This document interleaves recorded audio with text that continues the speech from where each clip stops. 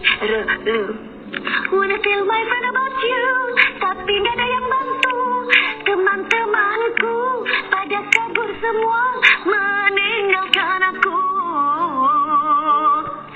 Sakit dadaku, ku mulai gelisah. Tidak bisa tidur, takut dijemput Pak Lela.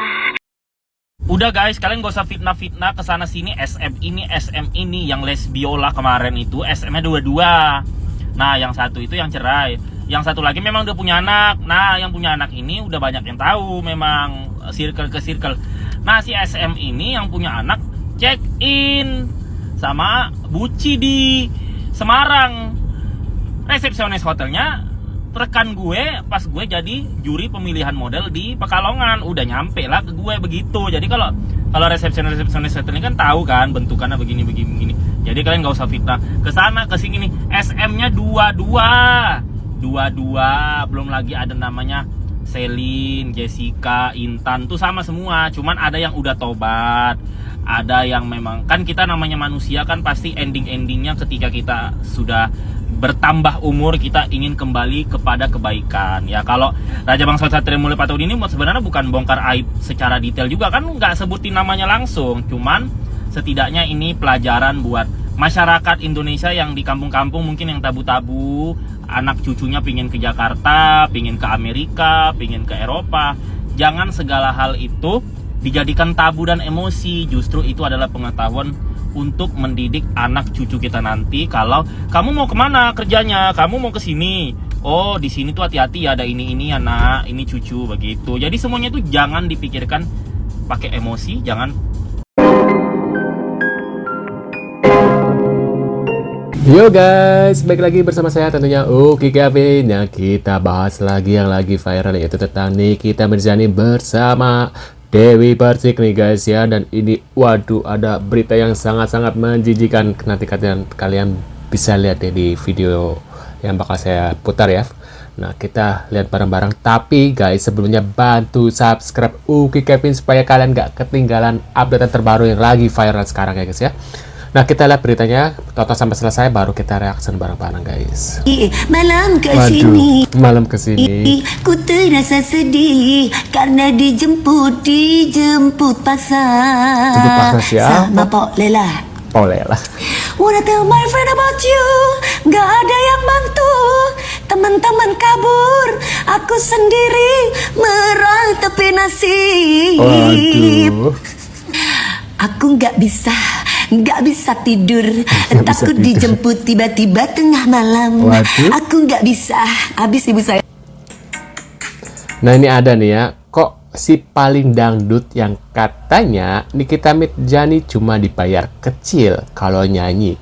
Tapi, maaf guys, tapi kenapa followernya cuma komanya doang dari Kak Nem, yaitu Nikita Mirzani ya. 16 juta, wow. VS 1,4 juta guys, banyak juga ya ternyata ya. Dia nyanyi 100 juta. Nikita Mirzani tutup mulut 4M katanya guys. Widih, waduh keren sih ya.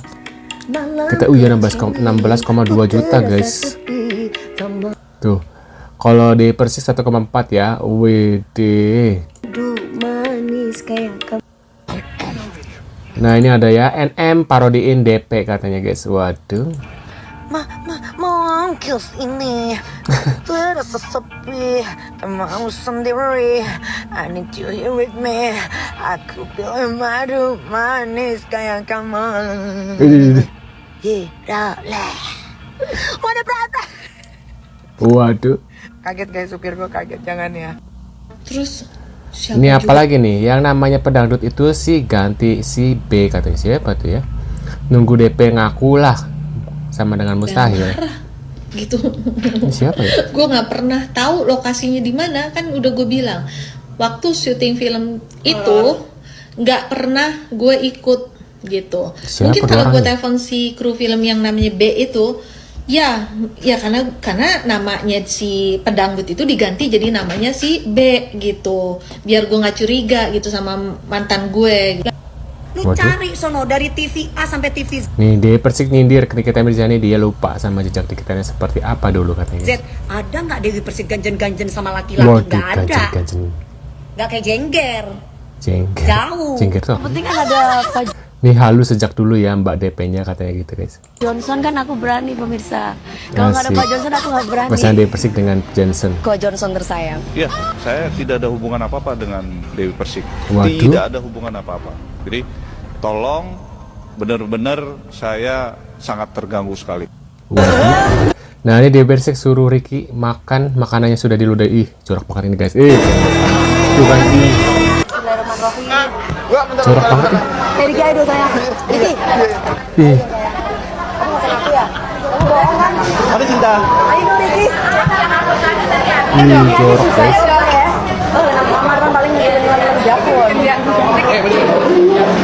Bismillah nabi jagain. Bismillahirrahmanirrahim.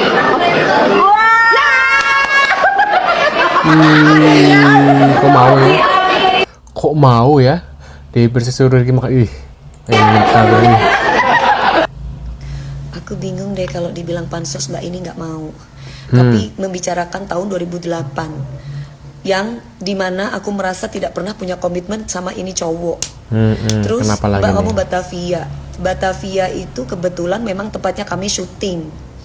Tempatnya di situ. Bukan saya ketemu pertama kali sama dia. Memang kami syutingnya di Batavia Cafe. Dan itu memang tempatnya Maxima Picture, terkadang lokasi untuk dijadikan syuting film. Terus mengenai Gundik, sedangkan tahun 2008 aja udah 3 film yang saya keluarkan sebagai pemeran utama. Tiren, Kutunggu Jandamu, dan satu lagi. Nah ini mbaknya ini aku bingung deh. Katanya suaminya KDRT dan sudah sering selingkuh kemana-mana.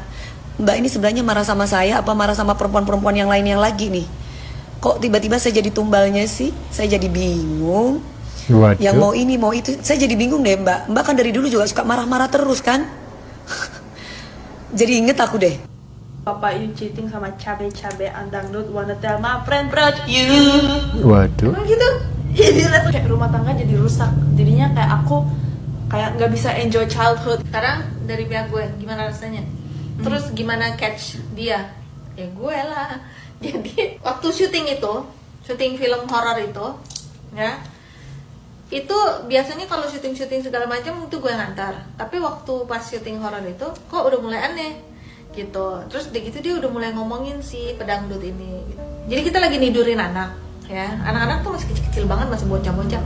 SMS masuk nih, zaman dulu. Feeling istri kan udah berasa tuh ya, udah berasa beda nih ya, suami gue beda gitu. Akhirnya gue lihat kok tiba-tiba dari si ini ada kru film yang gue juga which is gue kenal dia dari sinetron sebelumnya gitu, dan si kru ini dia lesbian gitu. Dia lesbian. Ya terus jadi kan nggak mungkin gitu sama dia gitu kan, tapi feeling gue tahu banget ini bukan si ini gitu, ini si itu gitu, si pedangdut ini gitu, karena si ini nggak.